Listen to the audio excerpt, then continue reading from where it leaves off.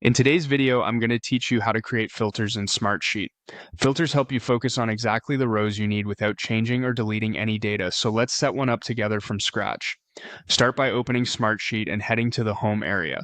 This is your launchpad for everything you work on. If you see what you need under Suggested, great. Those are quick shortcuts to your recent or frequent items. If not, switch over to All Workspaces to browse everything you have access to.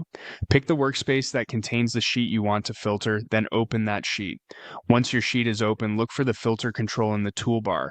This is where you can turn filters on and off and manage saved ones. Click it, then choose Add a Filter to start building a new one. You'll be prompted to define what the filter should look for. Begin by choosing the columns you want to use as criteria. For example, you might filter by status, assigned to, or due date. After selecting a column, you can specify which values to include. If you want everything from that column, use Select All. If you're narrowing it down, pick a single value or a few that matter to you.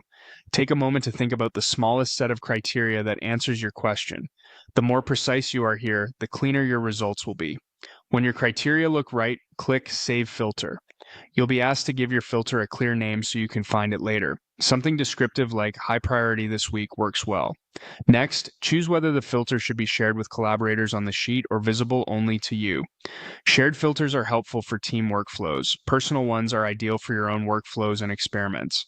Before finishing, review the display options. Show all rows lets you control whether hidden or collapsed content is included in the view. Include parent rows is particularly useful if your sheet uses hierarchy. It will display the parent task so the filtered child rows make sense in context. When you're satisfied, click Save. Your filter is now ready to use. You can toggle it on and off from the filter menu, switch between saved filters to compare views, and come back to edit it any time if your criteria change.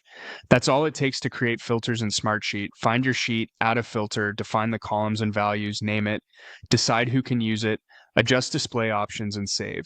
With a few well-named filters, you'll spend less time scanning and more time acting on the right information.